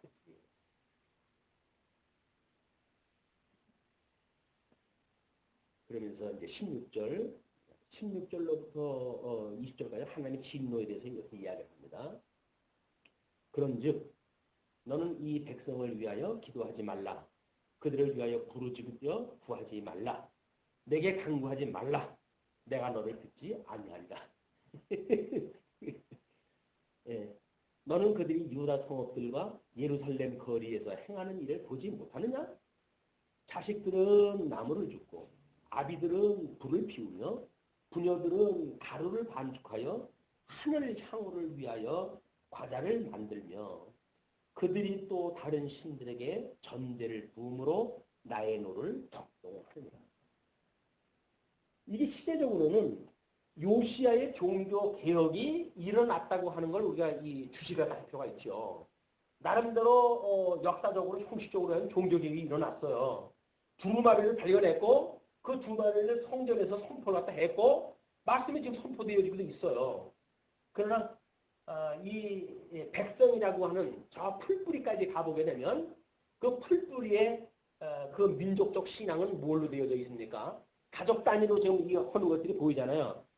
자식들은 나무를 줍고 아비들은 불을 피우고 부녀들은 이 가루로 반죽을 만들고 그래도 하는 일이 뭐예요? 하늘 황후 우상을 숨기는 이런 걸 위해 가지고 과자를 만들고 그들이 또 다른 신들에게 전들을 품으로 나의 노를 격동하니라. 이미 가정 문화가 만들어진 거예요. 이 우상 숭배에 아주 깊숙이 이 모든 그 가정들이 그런 우상 숭배의 이 종교 문화에 젖어져 있기 때문에 요시야라고 하는 왕은 개혁을 선언했는지 모르지요. 그러나 저 모든 그런 그 가정마다는 여전히 비나이다라는 나무가 있습니다. 가끔 우리 외국에서 온 신부들 다시 보내주는 프로그램 보면은 이쪽에 남편들 거기 가가지고 이제 그쪽 방식으로 해가지고 다시 결혼식도 올리고 그러더라고요. 근데 그 사람들은 전부 회교식 방식으로 해가지고 하는 사람들이 있고 그래요. 어떤 날 불교식 방식으로 해가지고 결혼을 하고 남자들 아무 생각 없어요. 그냥 결혼식을 딱 해야 된다니까 그냥 그런 식으로 하는 거예요. 뭔지도 모르고. 그래서 그 사람들이 뭐냐 문제겠습니까? 교회 다니는 우리들도 마찬가지죠. 주일날 아침에 교회에 왜 나와야 되는지. 아니, 나오려니까 나오는 거죠. 무슨 특별히 목적이 있어요. 이유가 있어요. 나와야 된다고 나오고. 평생 그렇게 살았으니까 그렇게 사는 줄 알고 그냥 사는 거지. 교회 나가지고 하나님을 만난다고 생각이 듭니까? 하나님 말씀을 들으면 그게 교훈으로 와 닿기랍니까? 그냥 오는 거예요.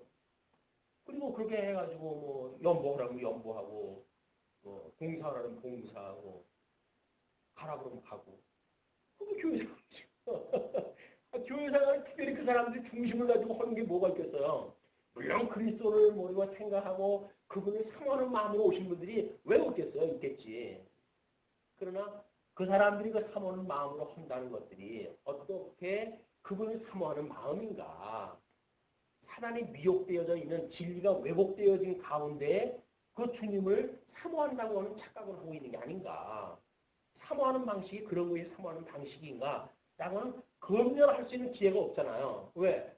그 검열하는 건 하나님의 말씀이 임재해야 심판의 역사가 일어나고 골수까지 쪼개지는 걸로 해가지고 우리 죄성이 드러나고 우리 주님이 아니면 우리가 도저히 이 은혜를 입을 수 없다고 하는 자기가 발견되어지고 그래 거기서 죽어 나빠지고 우리 주님 앞에서 새로운 피조물로 살아나는 또 이런 이 중생의 역사, 거듭남의 역사가 시작이 되어질 텐데 여전히 뭐 당연한 거고 중생되어진 건 당연한 거고 주님 앞에 천국 가는 건 당연한 거고 그렇기 때문에 이렇게 살아야 되고 저렇게 살아야 된다고 한다면 주님께서 난 널 모르겠다고 그래요.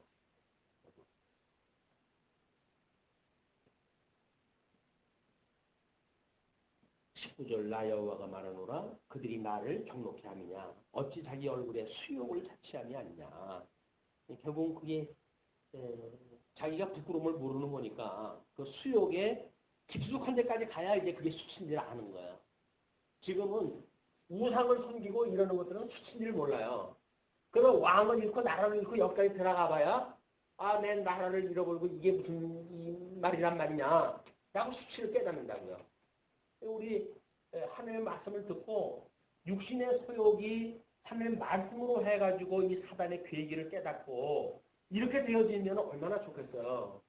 그러나 이것이 도를 넘어가지고 이 어느 지경까지 가가지고 이게 깨달을 수 있다고 한다면 불행한 일이죠.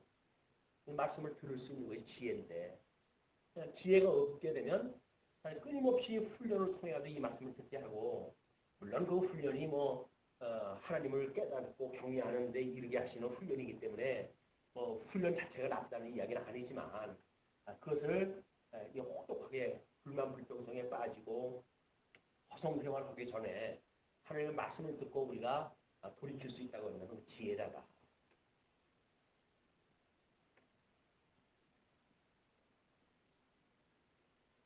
20절 그러므로 주 여호와 내가 이같이 말하노라 보라 나의 진노와 분한을 이곳에 뒀대. 결국 그것이 전부 하나님의 진노가 좀 임하는 겁니다. 우리 요한계시록에 7나팔 부는 것처럼 사람과 짐승과 들나무와 땅의 소산의 구울이니 불같이 살라지고 꺼지지 아니하리라. 이때 예루살렘이라고 한다면 성전이 있는 곳이에요. 성전에 있는 곳에 하나님이 그 진노가 임한다고 한다면 요한계시록 때 하나님의 그 진노는 어디로 임하는 겁니까? 결국 주님의 몸된 교회라고 외식 떠는 곳에 떨어지는 거예요. 거기에 이제 유대인들이 민족적으로 회개를 갖다 하고 그렇게 했을 때 그 이방 내부적으로 해가지고 비진리의 세력들이 특색을 갖다 하고 음료원세가 만연하고 짐승권세가 이게 이 공격을 갖다 해오는 그것은 주님의 몸된 교회에 그런 그 일이 임재가 되어진 겁니다. 무서운 진노는 주님의 몸된 교회를 통해서 이루어져요. 그걸 만약에 모른다고 한다면 우리는 종말을 준비하는 그런 그 자세가 아닌 거죠. 그런 그 진노가 하나님께서 요한계시록에 보여줬던 이 진노와 심판 이런 것에 대한 나팔과 대접과 이런 것으로 이제 보여주는 일들입니다. 그래서 21절부터는 이제 유다의 불순종에 대해서 이렇게 예언을 합니다. 만군의 여호와 이스라엘의 하나님이 이같이 말씀하시되 너희 희생의 번제물을 아울러 그 고기를 먹으라. 대저 내가 너희 열조를 애굽 땅에서 인도하여 낸 날에 언제나 희생에 대하여 말하지 아니하며 명하지 아니하고 오직 내가 이것으로 너희에게 명하여 이르기를 너희는 내 목소리를 들으라. 그리하면 나는 너희 하나님이 되겠고 너희는 내 백성이 되리라. 너희는 나의 명한 모든 길로 행하라. 그리하면 복을 받으리라 하였으나 그냥 하나님께서 이스라엘 백성들을 인도하시고 물론 법제도 주고 다 명령하셨죠. 율법도 주시고. 근데 그 이야기는 뭐예요? 나의 말에 청정하라는 이야기였었지 그거를 문자적으로 해석을 해가지고 그대로 행하라고 하는 그런 이야기에 멈춘 것이 아니란 말이에요. 말귀를 못 알아듣는 하나님이 지금 말씀을 선포를 갖다 하는데 그 말씀을 선포를 갖다 하실 때에 말귀를 못 알아듣게 되면 뒤에 할례를 받지 못하게 되면 이 하나님의 그런 섭리에 대한 의미를 이해하지 못하고 형식에 머물게 되어진단 말이에요. 주님의 몸된 교회도 결국 우리가 어떤 형식에 머물게 되어지는 일은 말길 못 알아듣는 일이에요. 이 뒤에 할례를 받지 못해가지고 하나님께서 기뻐하신 뜻이 뭔지를 모르니까 주님의 몸된 교회가 무슨 의미인지도 모르고 이것이 얼마나 가치로운 건지도 모르고 그냥 말길 못 알아듣는 거예요. 그냥 우리 인간 집단이라고 생각이 들고 그러니까 뭐 콩니 화친이 뭐 딸이면서 살아가지고 정말 주님의 몸된 교회가 그리스도의 몸이다 이게 그리스도의 몸이라고 한다면 아니 7년 뭐 30몇 년 동안 교인들었던 여인이 예수의 옷가에 그걸 배우는 고침을 받을까 그렇게 절박한 마음으로 옷가지를 갖다 만지는데 내가 그리스도의 몸이라고 해야도 그 안에 같이 있다고 하면서 어떻게 주님의 몸을 갖다가 그렇게 없이 여길 수가 있겠어요.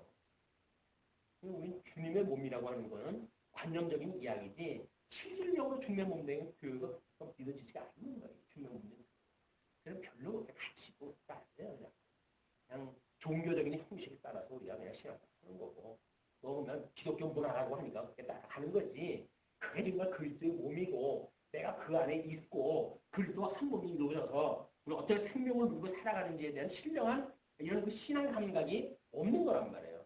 형식적인 거에 우리가 놓여져 있기 때문에.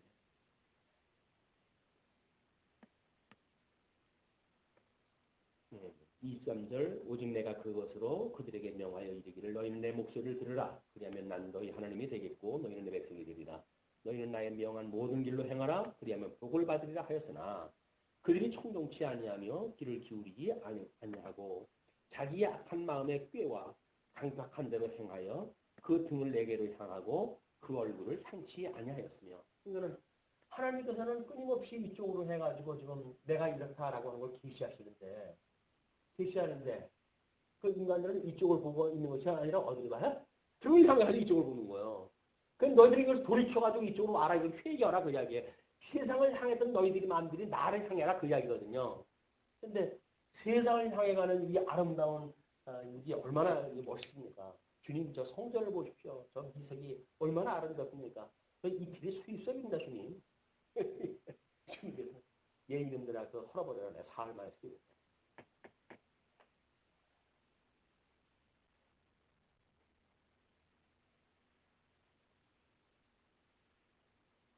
예. 이 사람들이 여기서 지금 이야기했던 내 얼굴이 향치 아니하고 청종치 아니하고 귀를 기울이지 아니하고 자기 악한 마음에 깨와 강팍한 대로 행하고 라고 했던 그것이 성전 제사를 드렸던 행위가 없었던 것도 아니잖아요. 있었음에도 불구하고 그게 형식에 머물러 버리니까 하나님께서 표현하시기는 너희들이 순전히 이 악질 노릇만 했다 그 얘기예요. 성전 드렸다고 하는 이야기가 없어요. 그 사람들이 드렸다니까요. 근데 하나님께서는 난 그런 거 받은 적 없는데 그런 거예요. 이게. 그냥 헛공을 드린 거예요. 헛공을. 글쎄 드릴 게 있으면 나나 잘 먹고 잘 살아도 좋았을 걸. 괜히 시계 하나 잘라가지고 드렸더니 세상 끝날 주님께서 나 너 모르겠다. 얼마나 억울해. 10분에 하나까지 내가 다 먹고 했으면 배나 불렀을 텐데. 또 그렇게 되는 줄 알고 시간을 다 바쳤더니 주님께서 나중에 난 너 모르겠는데 이런 억울할 때가 어딨어요.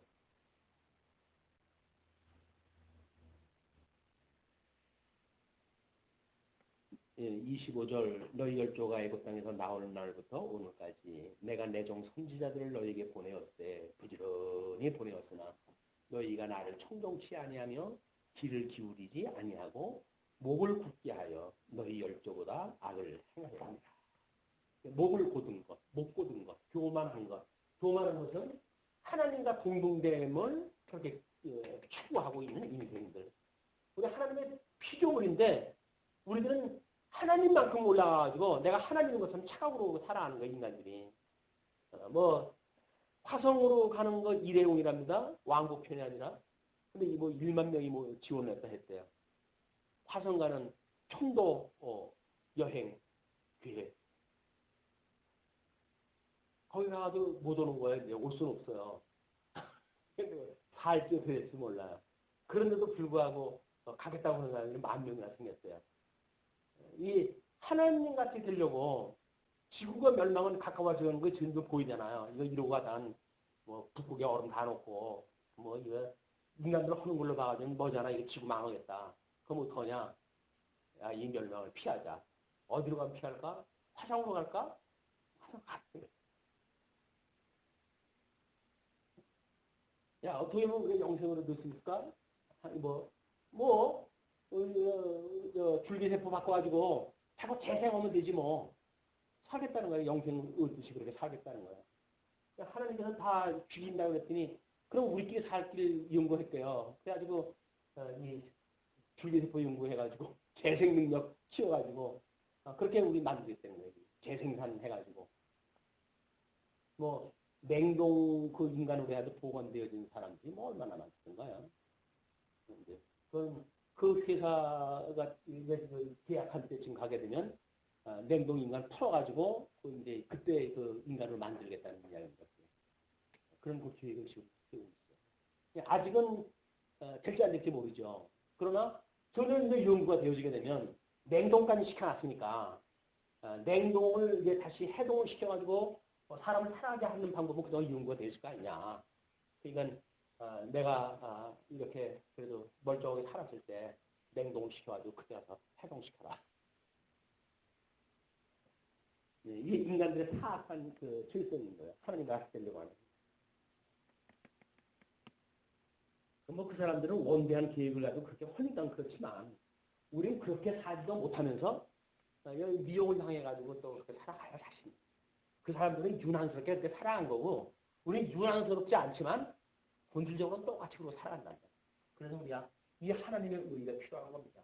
하나님의 의의가 아니면 그들이 나나 똑같은 짓을 하고 살아가니까 하나님 나를 죽었던 나를 살려주시지 않았습니까? 그러니까 여전히 죄악된 우리 몸을 가지고 있는데 주님 오시는 그날까지 나를 붙들어 주시는 것은 주님의 이 하나님의 의인 당신밖에 없습니다.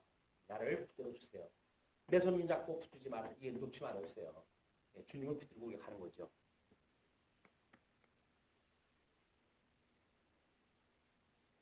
네.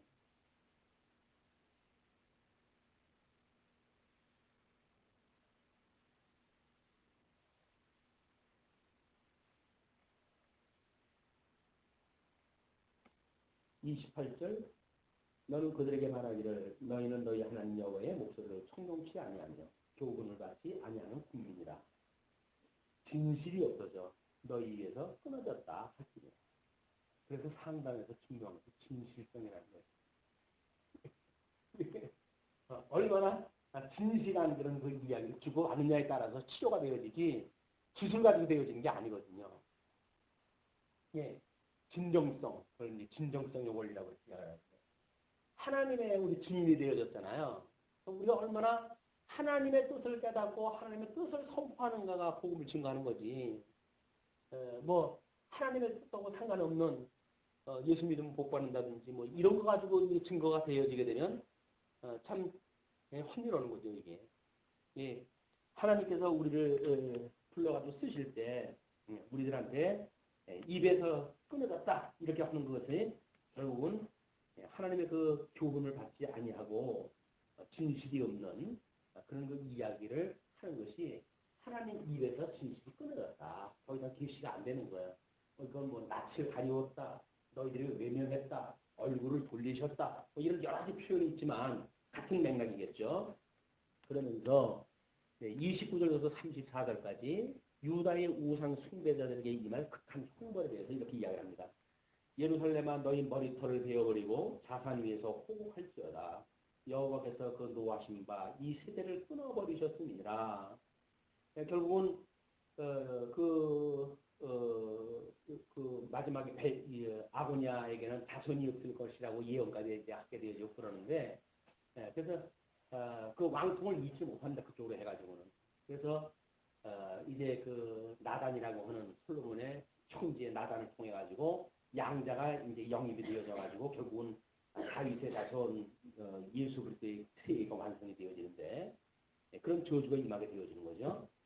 여호와께서 말씀하실 때 유다 자손이 나의 목전에 악을 행하여 내 이름으로 일컬음을 받는 집에 그들의 가증한 것을 두어 집을 더럽혔으며 흰놈의 아들 골짜기에 도배 사당을 건축하고 그 자녀를 불에 살랐나니 내가 명하지 아니하였고 내 마음에 생각지도 않는 일이다. 얘는 흰놈의 아들 골짜기가 결국 시체 태우고 이제 그 쓰레기 태우는 곳인데 거기에 자기 자녀를 불살려는 그런 그 일이 있는 거예요. 지옥이라고 하는 것은 거기에 그대로 있게 되어지는 겁니다. 이 지옥, 기시적인 그 입장으로 봤을 적에도 마찬가지로 하나님의 자녀를 지옥 생활을 갖다 하게 하는 방법이 바로 이 흰놈의 아들 골짜기에서 사당을 지어놓고 거기서 제사를 드리는 방식으로 하는 거죠. 아마 우리들의 그런 계시적인 입장으로 보게 되면 우리들의 자녀에게도 진리인 하나님의 말씀을 소개하는 것이 아니라 1등을 해야 살아, 1등 해야 돼 라고 하는 것을 강조하는 우리들의 부모님이라고 한다면 똑같은 일인 거예요. 똑같은 일. 생명이라고 하는 것은 하나님 말씀에 있는 거야. 하나님 경외하는 거에 강조를 하지 아니하고 세상에서 잘 살려고 한다면 1등 돼야 돼 라고 해가지고 외국인 중학교 가는데 논술 자기소개서 쓰는데 100만 원이랍니다. 초등학생이 중학교 들어가기 위해서 그 학교에 들어가기 위해서 자기소개서를 쓰는데 대신 써주고도 그런데 근데 100만 원이에요. 100만 원. 왜 그럴까요? 그 학교 들어가야 좋은 대학교를 들어갈 수가 있고 좋은 대학교 들어가야 출세할 수 있고 이런 때란 말이에요. 그 아이들한테 그런 쪽을 지향시키는 거예요. 자꾸. 세상이 언제 끝날지도 모르고 그렇게 해가지고.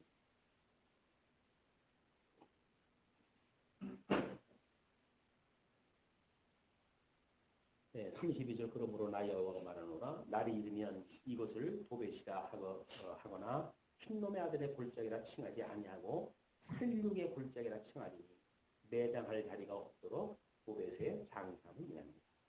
유대인들이 매장이라고 하는 것은 아주 필수적인 조건입니다.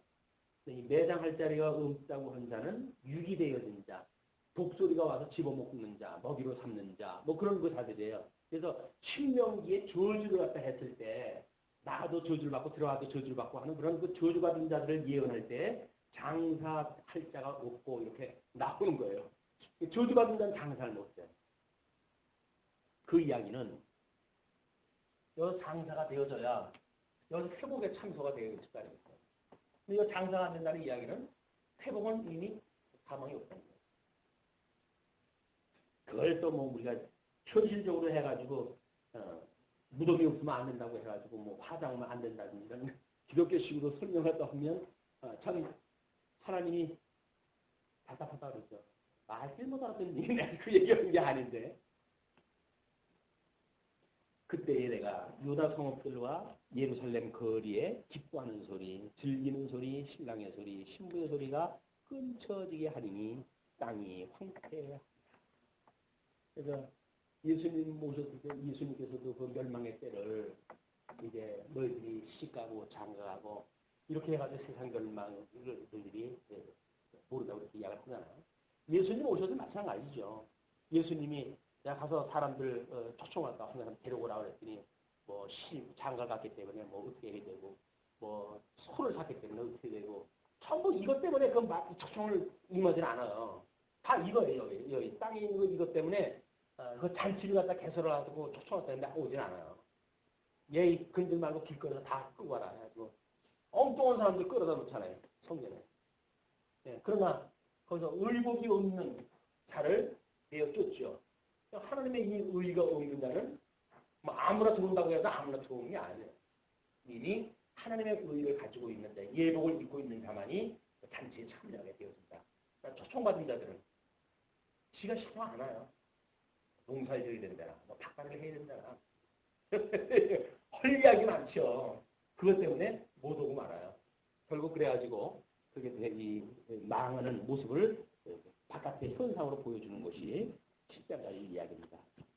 오늘은 여기까지 하고 다음에 8장서부터 유다가 받을 심판, 우상으로 인한 멸망 이런 내용을 공부하기로 하죠. 기도하시겠습니다.